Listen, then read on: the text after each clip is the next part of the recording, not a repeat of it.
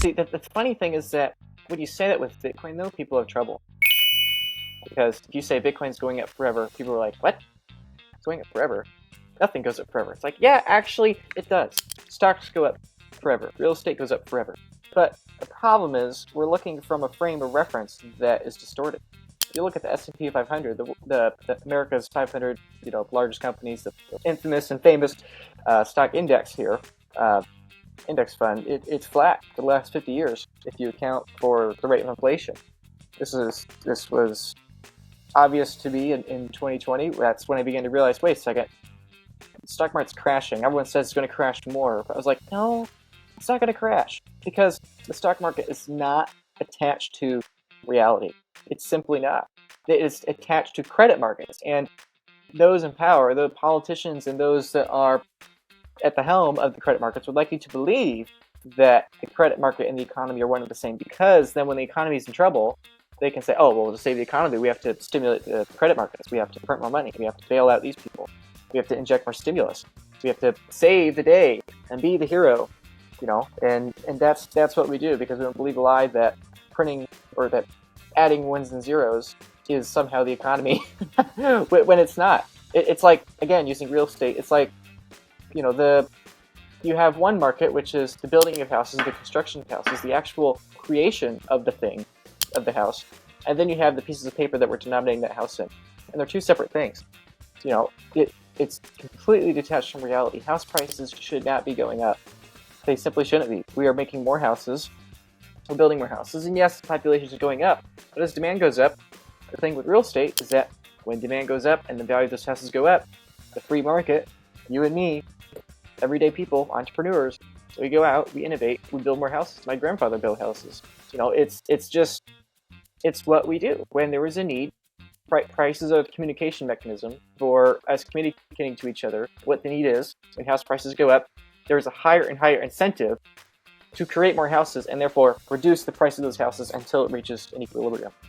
And so that's why real estate investors like real estate, because real estate is distorted from reality. We can take advantage of the distortion in credit markets by simply buying a tangible asset that requires energy to produce. We can exploit the deterioration of the currency that is declining that we're pricing that house within. It's simply insane. And this is what people don't realize about real estate. The money is not in cash flow. The money is in the appreciation. If you buy $1 million of real estate, let's say at 100% leverage, just for the sake of simplicity. Well, actually, no, let's not. Let's say 80% leverage. So $1 million of real estate, $800,000 debt, $200,000 equity. You have 20% equity. Let's say over 12 years, the value of that currency falls by 50%. Well, now the mortgage you're paying is half what it used to be. So now instead of a 20% equity position, now you have a 60% equity position because that 80% collapsed by half or 40%. So you triple your equity when the currency falls by half. And that's the beauty of real estate if you're an investor.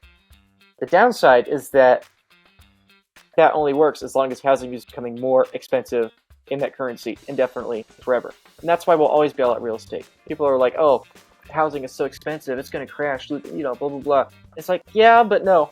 Yeah, it'll crash. Yeah, it'll flatline. Yeah, the real estate market will have trouble. Interest rates are unsustainable. Demand is collapsing. But at the end of the day, what are we going to do? Either we can let the collapse happen, or we can continue stimulating. And the question becomes, how far would it have to collapse? It would have to collapse indefinitely forever. Because it would collapse, all the hot air would just vaporize, and then beyond that, we'll just build more houses. Like, if we stop printing money, the price of houses would just go down rapidly at first, and then continue to go down at a more rapid rate indefinitely as technology gets better.